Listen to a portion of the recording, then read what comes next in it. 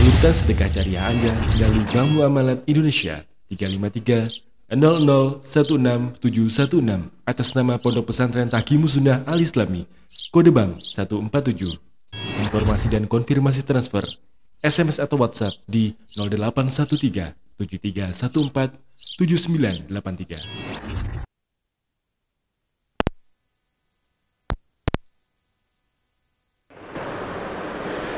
Para satidah dan ikhwah sekalian, keluarga besar Ma'had Taqimus Sunnah rahimani wa rahimakumullah, azzani Allah wa iyyakum jami'an. Alhamdulillah, marilah kita terus berupaya bersyukur kehadirat Allah Subhanahu wa taala atas nikmat-nikmatnya yang begitu melimpah ruah kepada kita.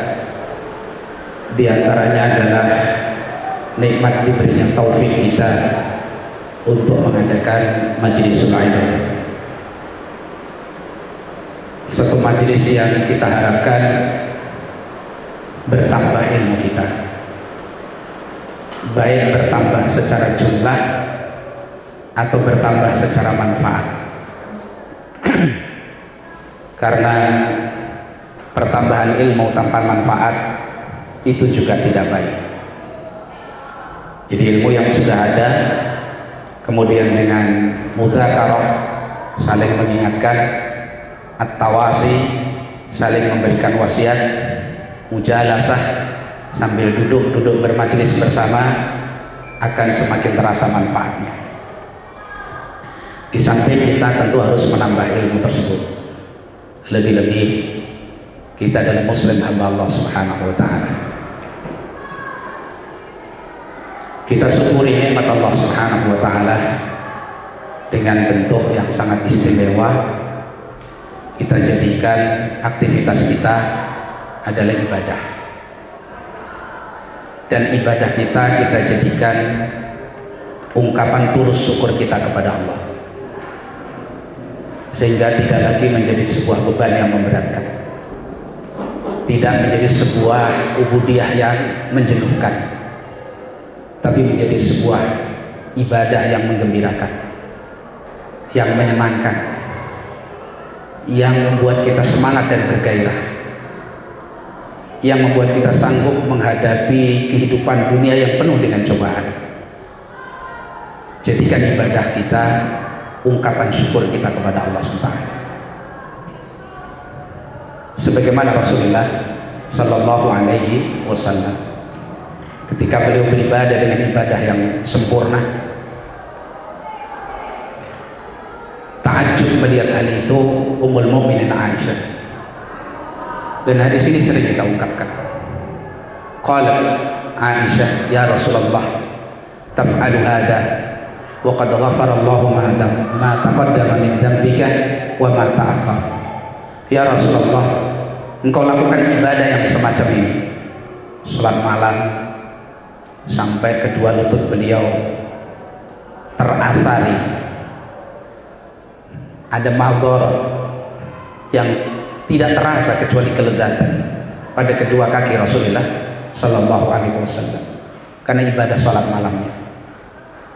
Ibunda Aisyah bertanya, ya Rasulullah, taf'alu hadha wa qad ghafara Allahu ma taqaddama min dhanbika wa ma ta'akhkhar. Engkau masih melakukan ibadah yang seperti ini padahal Allah sudah ampuni dosamu yang sebelum dan setelahnya. Faqala Nabiyul Karim sallallahu alaihi wasallam, ya bintas Siddiq, afala uhibbu an akuna 'abdan syakura. Wahai Aisyah, apa aku tidak gembira ketika tercatat sebagai hamba yang pandai bersyukur? Kita tidak bisa bayangkan keindahan sebuah ibadah apabila ibadah itu menjadi ungkapan syukur seorang hamba kepada Rabbnya dengan nikmat yang tidak bisa dihitung. Wa in ta'uddu nikmatallahi la tuhsuha. Jika engkau menghitung nikmat-nikmat Allah, kamu tidak akan mampu, sanggup detail menghitungnya, gak bisa. Lebih-lebih kalau ibadah itu sebagai ungkapan rindu kepada Allah SWT. Gambarkan ketika kita mau bertemu dengan seorang yang kita rindukan, seperti apa persiapan kita. kita akan persiapan dengan yang sangat maksimal. Kita akan lakukan dengan sungguh-sungguh supaya pertemuan itu betul-betul pertemuan yang sebagaimana kita inginkan. Bagaimana lagi seorang hati, sebuah hati yang dipenuhi dengan kecintaan dan kerinduan untuk bertemu dengan Allah Subhanahu wa ta'ala, bentuk ibadah yang dia ungkapkan tentu akan sangat luar biasa.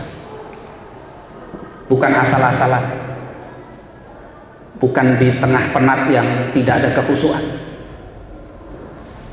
bukan hati yang ingin segera lari keluar dari ibadah tersebut. Itu hati yang tidak rindu. Qala Nabi sallallahu alaihi wasallam, man ahabba liqa Allah ahabba Allahu liqa'ah, wa man kariha liqa Allah kariha Allahu liqa'ah. Seorang yang cinta berjumpa dengan Allah, Allah pun cinta berjumpa dengannya. Seorang yang benci, tidak senang berjumpa dengan Allah, Allah juga tidak sudi bertemu dengannya. Allahu Akbar. Maka jadikan ibadah kita ungkapan syukur kita dan rindu kita kepada Allah Subhanahu wa ta'ala, sehingga kita akan mencari Allah. Kita tidak akan lewatkan waktu-waktu istimewa kecuali ada bagian untuk Allah Subhanahu wa ta'ala, bersama Allah Subhanahu wa ta'ala. Dan yang sering melalaikan ini adalah hubbud dunya, cinta kepada dunia. Diakui apa tidak, kita banyak terlalaikan di sisi itu, sehingga kita lihat kualitas ibadah kita, Masya Allah ya. Maka mari dengan bermajlis seperti ini kita upayakan untuk mendapatkan itu. Al-Imam Ahmad ketika bermajlis dengan anggota majlis yang begitu besar, ada seorang dari santrinya menceritakan seorang alim yang lain dan direndahkan. Dia itu ilmunya sedikit, tidak sebagaimana engkau. Dia itu gurunya sedikit, tidak sebagaimana engkau. Maknanya seperti itu. Maka Imam Ahmad marah dan beliau mengatakan, tidaklah aku keliling ke negeri-negeri dan berada di majelis-majelis para ulama kecuali hanya untuk mendapatkan apa yang Allah sudah berikan kepada si alim tersebut, orang yang kau bicarakan buruk itu tadi, yaitu apa? Khasyatullah wasyauqu ila liqa'illah, rasa rindu bertemu dengan Allah dan rasa takut kepada Allah Subhanahu wa ta'ala. Itulah ilmu, tujuannya dicari supaya muncul rasa rindu kita bertemu dengan Allah dan muncul rasa takut kita kepada Allah Subhanahu wa ta'ala, meskipun tidak banyak. Jadi dimarah murid ini sama Imam Ahmad. Aku meskipun kau katakan ilmuku banyak, mengembara ke negeri-negeri untuk mendatangi para ulama, tujuanku hanya untuk mendapatkan apa yang sudah Allah berikan kepadanya, orang yang kamu rendahkan tadi.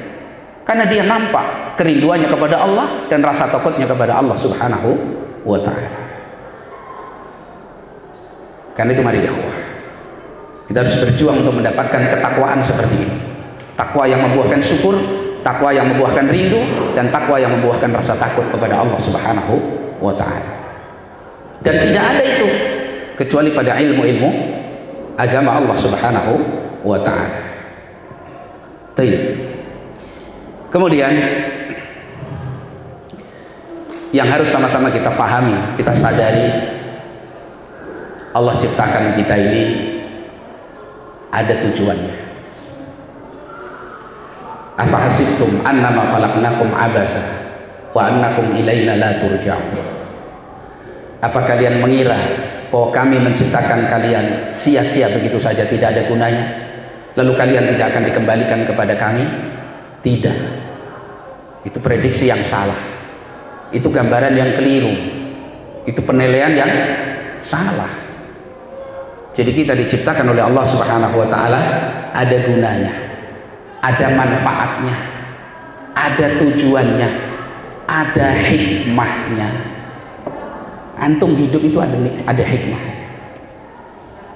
Ini nikmatul ijad, nikmat diwujudkannya kita. Kemudian ada nikmat al-imdad, diberi seluruh sarana kehidupan kita. Walladzi khalaqa lakum ma fil ardi jami'ah. Dialah Allah yang menciptakan seluruh yang ada di muka bumi ini sebagai sarana hidup bagi kalian. Ambil, halal. Itu nikmatul imdad. Dan kita diciptakan ada tujuannya, ada hikmahnya.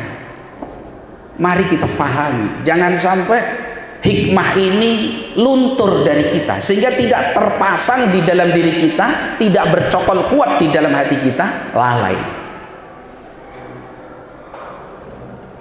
Untuk apa kita diciptakan oleh Allah SWT?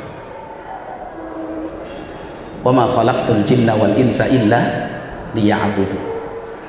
Tidaklah aku ciptakan jin dan manusia kecuali agar mereka beribadah kepada aku. Kita diciptakan oleh Allah untuk beribadah.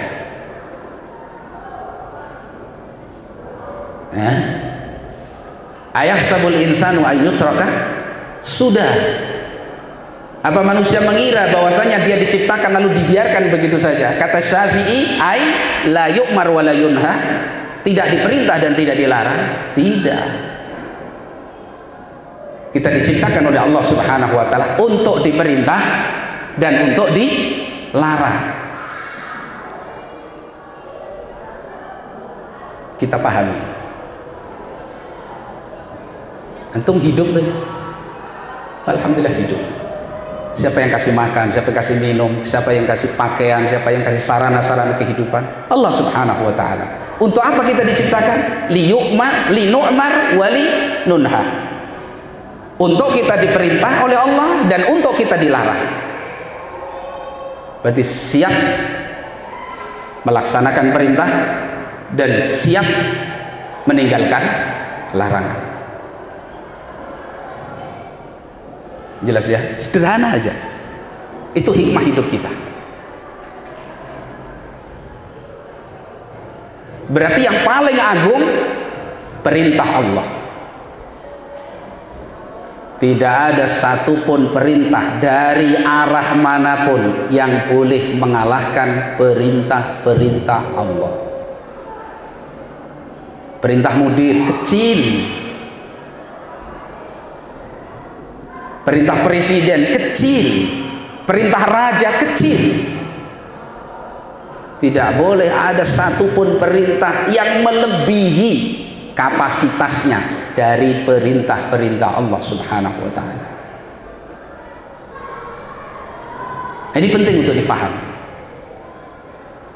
Sehingga jangan sampai ada satu perintah arahnya dari selain Allah, menyelisihi, menghalangi kita untuk melaksanakan perintah Allah, lalu kita dahulukan itu. Berarti perintah itu di dalam hati kita lebih besar, lebih agung, lebih kita patuhi daripada perintah-perintah Allah. Jelas ya? Dan tidak ada satupun larangan yang kita harus waspada, berhati-hati dan siap untuk meninggalkannya melebihi larangan-larangan Allah Subhanahu wa taala.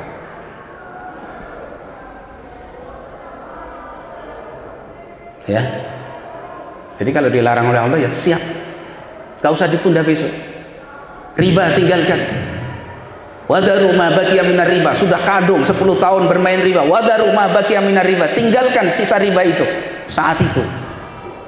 Jangan sekarang saya belum kuat. Tapi belum kuatnya dari dia. Apakah Allah ketika melarang kita dari riba tidak mempertimbangkan keadaan kita hambanya, mampu apa tidak mampu? Nah itu ya, jelas. Jadi yang diminta adalah kesiapan kita. Jadi kita diperintah oleh Allah Subhanahu wa taala dan kita dilarang. Itu tujuan kita. Karena itu saya ingin bacakan di sini ya. Saya ingin sampaikan satu risalah yang ini kita kaji juga bersama warga. Risalah Syekh Muhammad Ibn Abdul Wahhab rahimahullahu ta'ala. Risalah yang hanya 3 halaman, 3 muka, tapi syarat dengan faidah. Tapi itu tadi kita fahami bahwasanya Allah Subhanahu wa taala menciptakan kita itu tidak sia-sia, tapi diperintah dan dilarang. Pertama, siapkan dulu. Jadi jiwa yang siap untuk diperintah dan dilarang. Jadi orang itu jangan nggak bisa ngomongi, nggak bisa diomongi, nggak bisa memimpin, nggak bisa dipimpin. Terus jadi apa? Itu, ya. Nggak bisa jadi pengurus, nggak bisa diurus. Masya Allah, ya. Nah, qala rahimahullahu ta'ala, berkata Syekh Muhammad rahimahullahu ta'ala, idza amara Allahul 'abda bi amrin wajaba alaihi fihi sab'u maratib. Apabila Allah memerintahkan seorang hamba dengan satu perintah, nanti larangan terjemahkan seperti itu. Saya harapkan bawa buku loh ya, bawa buku, jangan tangan kosong. Kembali ke risalah. Idza amara Allahul 'abda bi amrin, apabila Allah memerintahkan seorang hamba dengan suatu perintah, nanti larangan terjemahkan seperti itu. Wajaba alaihi fihi sab'u maratib, wajib atas hamba tadi 7 tingkatan. Wajib atas hamba tadi 7 tingkatan.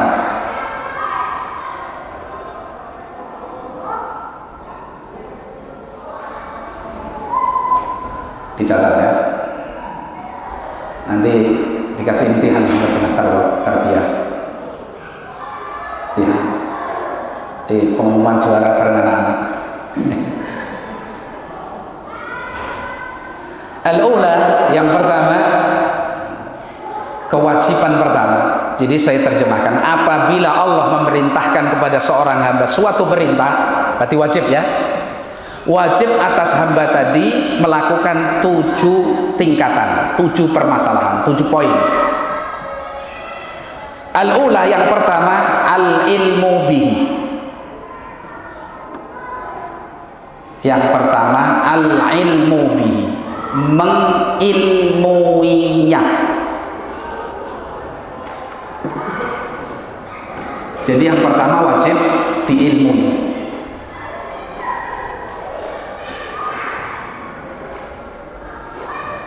Perintah yang paling besar apa? Hah? Tauhid. Wajib diilmui. Allah bahkan perintah langsung, fa'lam annahu la ilaha illallah. Ilmuilah, tidak ada ilah yang hak kecuali Allah.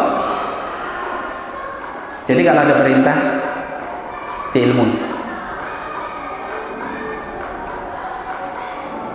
Ya, kewajiban pertama.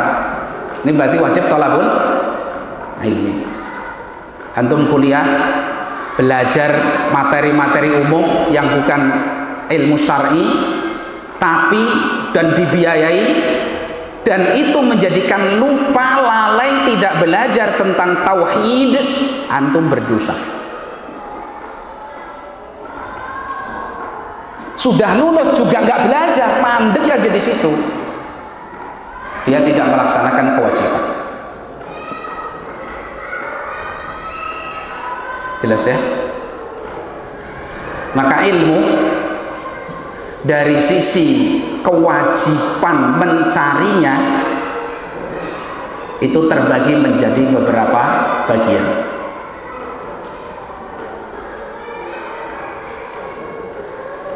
Pertama, ilmu yang fardu ain.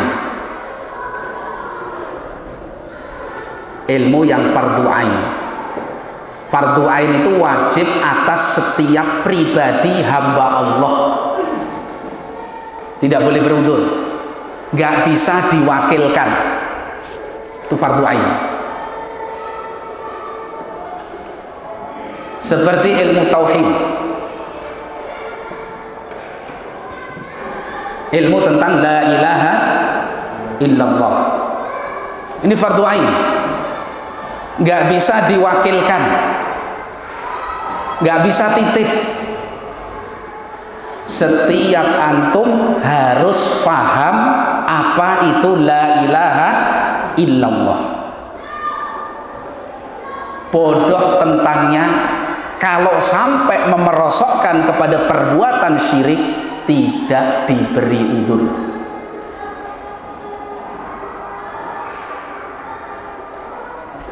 Ini sudah sering kita ulang-ulang. Umpama masih muda-muda begini, masih cerdas-cerdasnya, ilmu, contohnya ilmu tentang tauhid, ini fardu ain.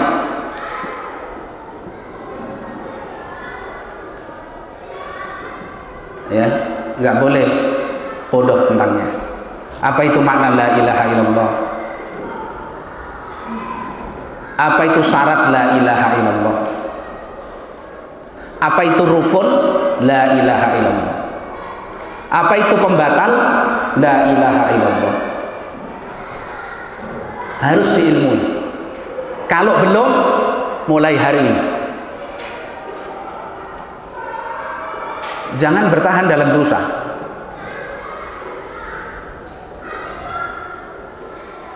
Makanya ulama kita nggak ada yang memberi udzur. Orang bodoh tinggal di kampung, dia sholat, dia puasa, zakat ngerti, Idul Fitri, Idul Adha ngerti, bahkan udah umroh, bahkan udah haji, tapi masih ya Syekh fulan agisni, musyrik, kafir. Tapi dia bodoh, nggak ada udzur. Ngerti umrah masa nggak ngerti la ilaha illallah? Ini bahayanya. Ilmu yang membuat Islam kita ini sah. Sahnya Islam dengan apa? Hah? La ilaha illallah. Ini ibarat hadas bagi wudhu, kentut bagi wudhu. Orang ini nggak ngerti, dia wudhu batal, sholat nggak wudhu, sah nggak sholatnya? Alasannya dia tinggal di kampung, nggak ada yang ngajari wudhu, sah nggak sholatnya? Nggak sah. Soal dia berdosa apa tidak, karena perbuatannya itu berangkat dari barangkali kebodohan, itu urusan dia sama Allah. Tapi dohirnya dia berbuat syirik, maka dia musyrik. Dohirnya tidak sah, berarti tidak sah. Ini pentingnya ilmu tadi. Itu ilmu yang fardu ain.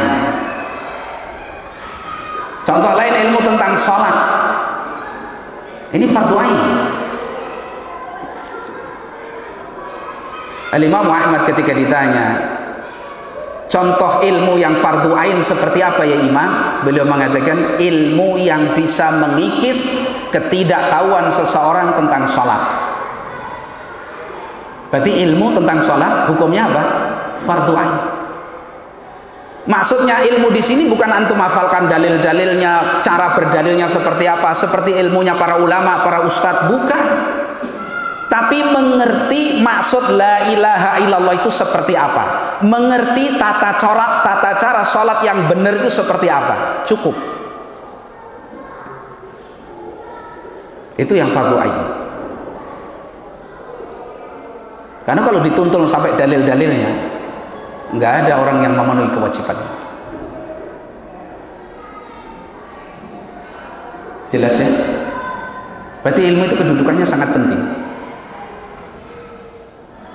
Sementara manusia hari ini meremehkan ilmu, bahkan kadang-kadang merasa sudah berilmu, sehingga nggak perlu belajar. Antum hidup di komunitas salafiyin, antum hidup di komunitas ilmu, bi'ahnya bi'ah yang ilmiah, kok kosong dari ilmu, ngapain? Itu namanya ayam mati di lumbung padi. Mengenaskan tidak?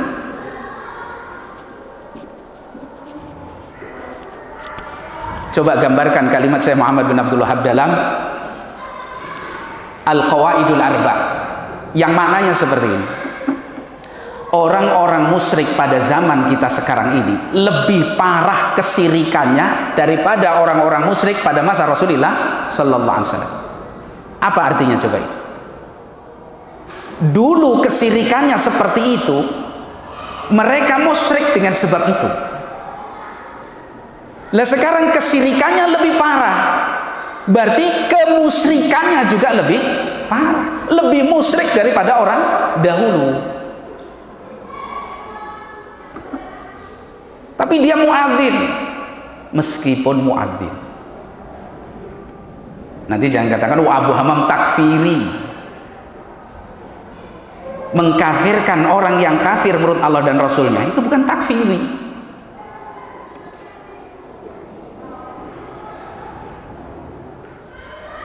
Begini kalam para a'imah kita.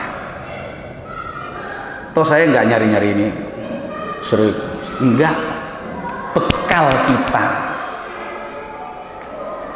Sekarang saya tanya, adakah muslim yang beribadah kepada selain Allah? Ada nggak? Ya nggak ada. Muslim itu ahli tauhid. Nggak ada muslim selain ahli tauhid. Ya banda. Karena Islam itu la ilaha illallah. Yang membatalkan Islam itu syirik. La in asyrakta la yahbatanna amalu. Adakah muslim yang beribadah kepada selain Allah? Nggak ada. Lah katanya muslim kok ya Syekh Fulan Agisni menyembelih korban untuk yang bau reksa nunggal rejo misalkan begitu. Ini muslim apa musyrik? Ajibu. Musyrik. Dia bodoh Ustaz. Siapa bilang dia bodoh? Ustaz juga dia. Bisa baca Quran, bisa baca hadis, khotib Jumat, imam sholat, cuman tidak mau belajar. Ini namanya orang yang mu'rid, berpaling dari agama Allah. Nah itu berarti bukan muslim. Muslim itu sahnya dengan tauhid. Ini menunjukkan pentingnya ilmu tadi. Kan itu para ulama mengatakan kadang-kadang orang sudah terbatalkan Islamnya, wa huwa la yas'ur, dia nggak merasa. Kalau seorang bisa kufur dengan sebab satu kalimat yang keluar dari lisannya hanya karena bersenda gurau tidak sengaja, bagaimana lagi yang begitu kehidupannya? Kadang orang berdalil, loh jangan, kan ada orang yang mengatakan Allahumma anta abdi wa ana rabbuka, ya Allah engkau adalah hambaku dan aku Rabbmu. Nabi nggak kafirkan orang ini. Ingat hadis itu, hadis riwayat Muslim. Itu kata Nabi apa? Akhta'a min siddatil farah, keliru. Kalau keliru itu ya sekali dua kali. Lah kalau ya Syekh Fulan Agisni itu akidah dia memang. Coba antum bilang jangan, marah dia, membela akidahnya. Ajaran saklek kamu ini, Wahabi, kan misalkan begitu. Jelas. Kalau keliru saking gembiranya, kalimat terbalik wajar, itu keliru namanya. Seperti antum mau merangkul orang, keliru, tampar, keliru. Udzur, ya toh? Udah pingsan, udzur. Keliru itu namanya. Tapi kalau antum tampari tiap hari, masa keliru? Tiap ketemu tampar, tiap ketemu langganan. Bukan keliru itu namanya. Tiap ritual ibadah mesti ya Syekh Fulan Agisni. Tiap suruhan mesti nyembelih binatang untuk selain Allah. Itu akidah namanya. Jelas ya? Baik. Yang kedua, ilmu yang fardu kifayah. Ilmu yang fardu kifayah, yaitu ilmu tentang sesuatu yang hukumnya juga fardu kifayah, seperti ilmu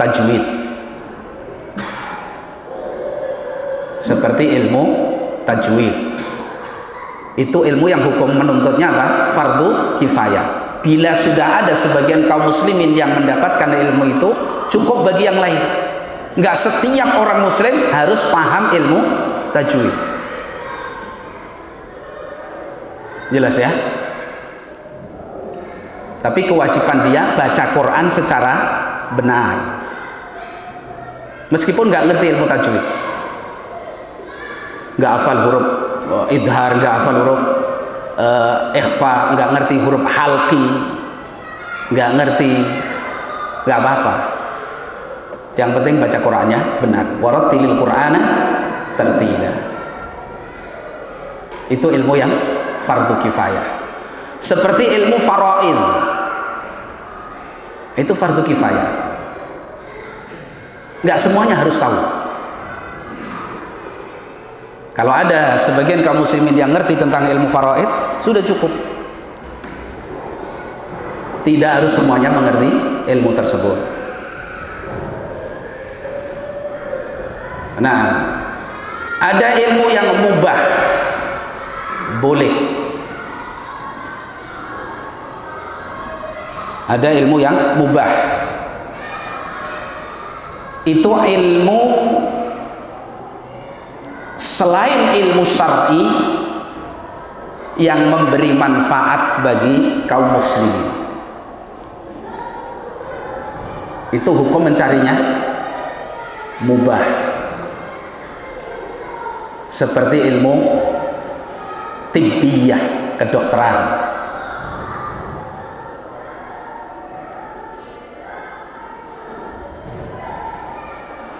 atau ilmu handasah, teknik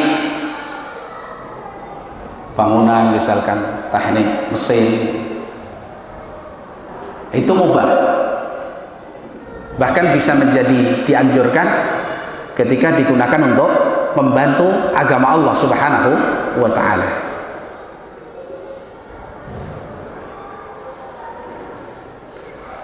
Kalau apa? Said, gimana Said? Perlu perincian, ya, perlu perincian. Atau ilmu hitung, matematika misalkan. Saya bukan belain Pak Dian ini. Nggak ada pesanan ya. Boleh, ilmu hitung kan mubah, boleh. Bahkan kadang-kadang digunakan menghitung warisan, kan gitu ya, pembagian harta kono gini misalkan gitu ya, atau yang lainnya digunakan. Ilmu bahasa misalkan gitu, untuk mengindahkan kita dalam dakwah ilallah, boleh. Supaya anak-anak mudah mempelajari agama Allah, ilmu bahasa, silahkan, itu sarana. Ada ilmu yang muharram, diharamkan, yang hakikatnya bukan ilmu tapi disebut ilmu, yaitu ilmu atau apa yang dikatakan oleh manusia ilmu yang merusak dan menyelisihi agama Allah. Ilmu-ilmu yang merusak dan menyelisihi agama Allah Subhanahu wa ta'ala, seperti sebagian ilmu filsafat,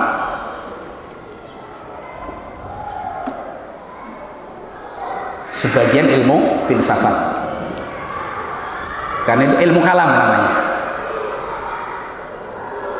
ilmu yang menanamkan kepada pemiliknya supaya mengagumkan akal secara berlebih-lebihan. Jadi menghukumi, menilai sesuatu semuanya serba kembali kemana? Ke akal. Ini tercela dalam Islam. Bahkan tidak ada satupun yang dikatakan ilmu oleh manusia yang lebih merusak agama Allah daripada ilmu kalam. Nggak ada. Karena itu sampai ulama kita mengatakan al ilmu bil kalami jahlun wal jahlu bil kalami ilmun. Orang yang pintar berilmu tentang ilmu kalam itu hakikatnya kebodohan. Yang tidak mengerti ilmu kalam justru itu ilmu. Ini ilmunya Jaham bin Safwan, ilmu Nawasil ibn Atta, ilmu kalam, merusak agama ya? Bahkan tidak ada yang lebih merusak agama daripada ilmu kalam, karena dalil-dalilmu dihakimi dengan apa? Akal. Ini muharram. Atau ilmu sihir. Sihir disebut juga apa? Ilmu. Ilmu sihir, belajar sihir kufur. Sihir dalam istilah syar'i loh ya. Sihir yang dimaksud dalam nas Al-Quran itu kekafiran. Wa ma yu'allimani min ahadin hatta yaqula innama nahnu fitnatun fala takfur. Dan tidaklah dua malaikat ini, Harut dan Marut, yang Allah turunkan di daerah Babylon, mengajarkan kepada manusia sihir. Ingat sihir, kecuali keduanya berpesan, kami berdua ini Allah jadikan ujian bagi kalian, fitnah bagi kalian, maka jangan kalian kufur. Fala takfur, apa jangan kalian kufur? Jangan kalian memakai sihir, karena sihir itu kufur. Jelas? Nggak boleh. Apa ada ilmu sihir sekarang? Loh banyak.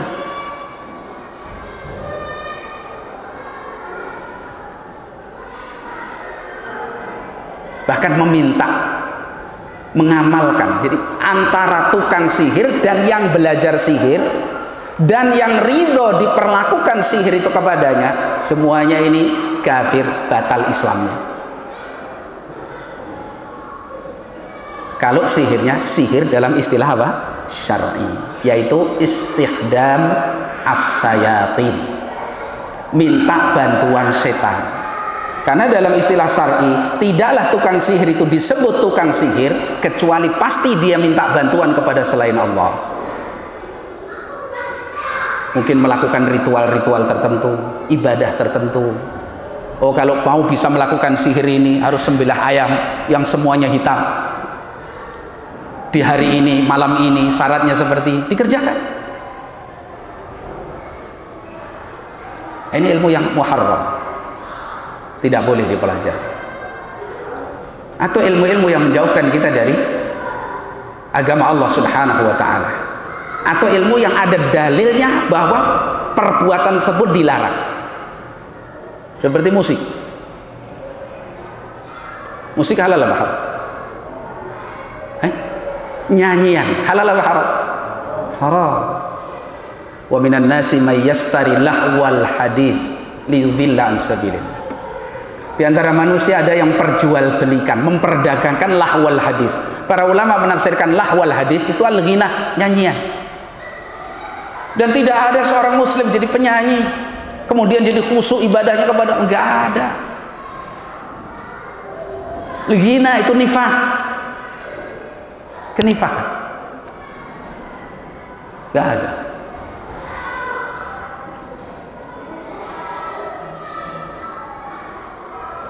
Atau ilmu-ilmu yang sejenis itu, ya, itu muharram. Kemudian dari sisi maksud dipelajari, ilmu dari sisi maksud dipelajarinya itu terbagi dua.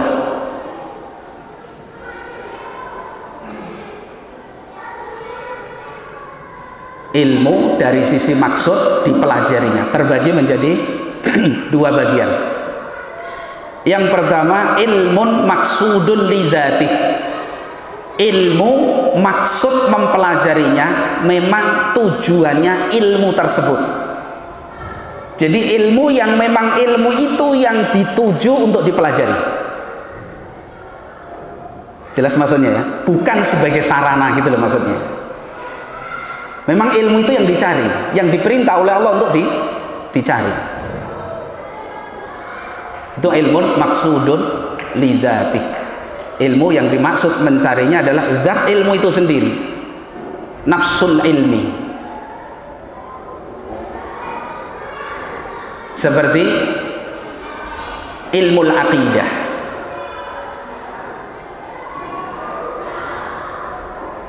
Ilmu tentang aqidah, at-tauhid tadi, la ilaha illallah. Karena memang kita diciptakan oleh Allah untuk mengenal Allah. Atau contoh lain ilmu halal wal haram, ilmu tentang halal dan haram, itu wajib.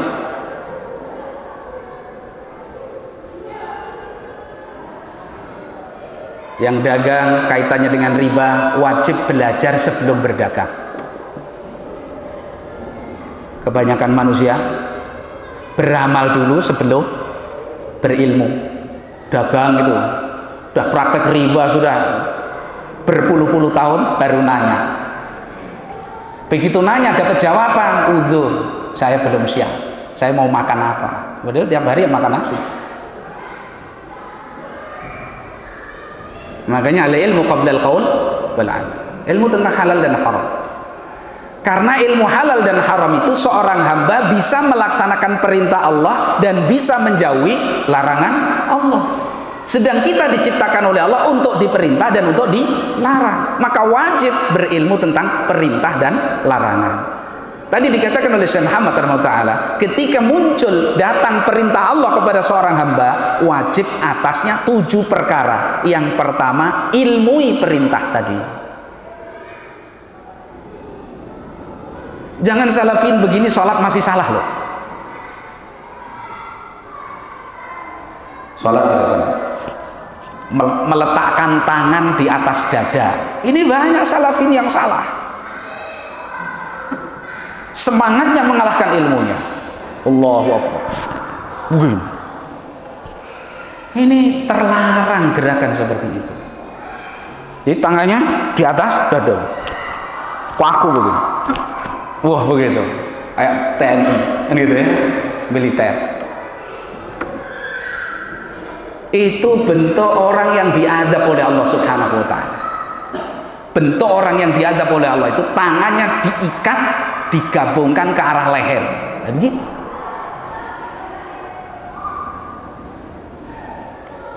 Sedekap aja. Bahkan jangan terlalu di sini biasa. Fauqas sadri, di atas dada. Di atas itu bukan ke sini, ke sono. Wong dada kita ngadepnya ke sana. Atasnya jangan di sini, ke sana. Lah begitu. Begitu. Sujud kakinya sampai begini arahnya, bukan begini lagi, ini udah doyong gitu. Biar batuknya belang. Salah gerakan. Akhirnya ibadahnya nggak indah, nggak khusyuk. Butuh ilmu. Maka nggak boleh para guru kok sholat sampai nggak ngerti loh. Guru loh, digugu dan bukan wagu tur kuru ya, lugu tur kuru, jangan. Guru bisa digugu, bisa ditiru. Kalau kuru itu kan sudah pemberian Allah ya, tapi jangan kurus ilmunya. Sholat harus ngerti semuanya, nggak boleh keluarga besar masih nggak ngerti sholat. Gerakannya harus benar. Dari mana gerakan itu? Ya sudah dari dulu. Nah ini berarti nggak belajar dia. Harus belajar. Pakaian sholat. Kalau seragam yang diberikan kepala sekolah antum itu bikin sholat antum nggak sah karena nggak menutup aurat, kembalikan sama kepala sekolahnya. Biar digandeng supaya dia sholatnya cukup.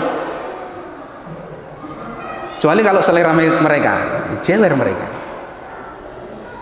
Loh, pakaian salat itu kan ada aturannya dalam Islam.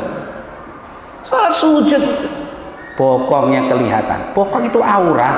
Kalau salat auratnya nampak, sah apa enggak sah salatnya? Enggak sah. Enggak usah ikut gaya orang, wah itu kayaknya keren kalau pakainya kayak gitu. Keren apa? Enggak keren di hadapan Allah SWT. Bila perlu pakai gamis, baju panjang, salat. Kalau enggak, bawa salin. Mau salat pakai itu. Kalau enggak memenuhi. Kecuali darurat. Kalau darurat ya enggak tiap hari. Antum safar, enggak ada pakaiannya barangkali sudah kadung masuk koper, bagasi, enggak ada, ya itu ya sudah, kerjakan.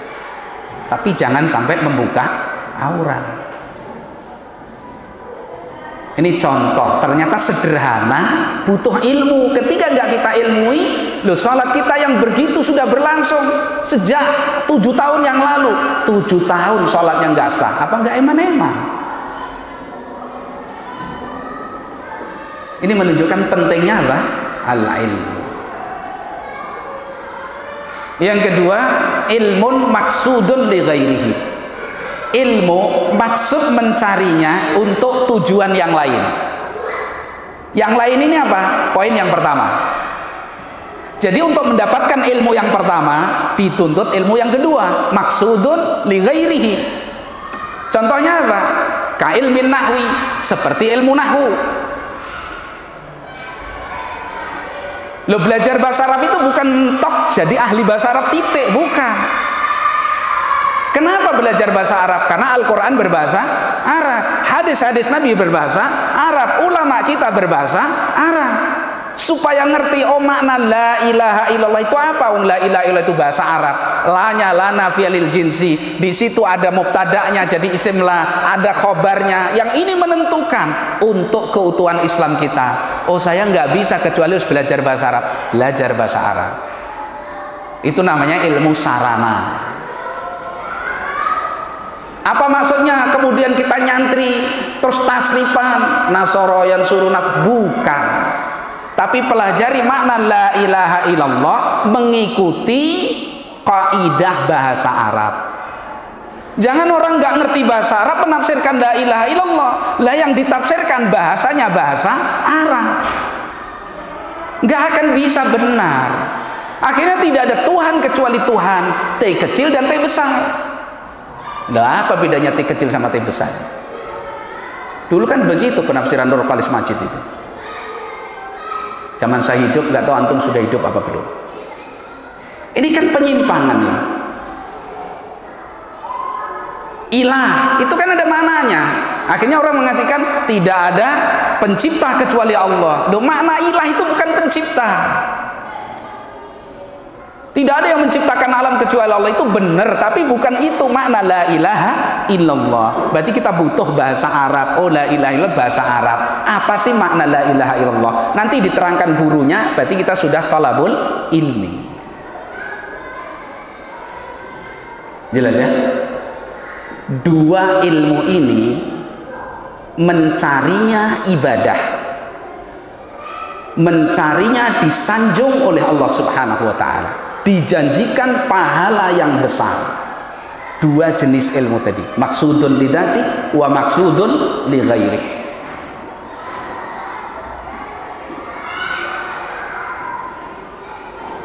Jadi belajar bahasa Arab diberi pahala enggak? Ilmu yang mamduh, terpuji, itu ilmu syar'i. Usul fiqh itu namanya ilmu sarana. Mustalah hadis itu ilmu sarana. Qawaidul fiqhiyah itu ilmu sarana. Dengan belajar itu untuk mengenal apa? Hukum-hukum Islam. Usulut tafsir, dasar-dasar tafsir itu ilmu untuk mengenal bagaimana penafsiran yang benar. Bukan tujuan, sarana. Tujuannya adalah ilmu akidah, ilmu tauhid, ilmu tentang halal dan haram. Jelas ya? Baik. Itu insya Allah poin yang pertama. Jadi ketika Allah perintahkan kepada seorang hamba satu perintah, kewajiban pertama dia wajib mengilmui perintah tersebut. Ya, nah demikian insya Allah. kita sambung nanti di kesempatan yang lain.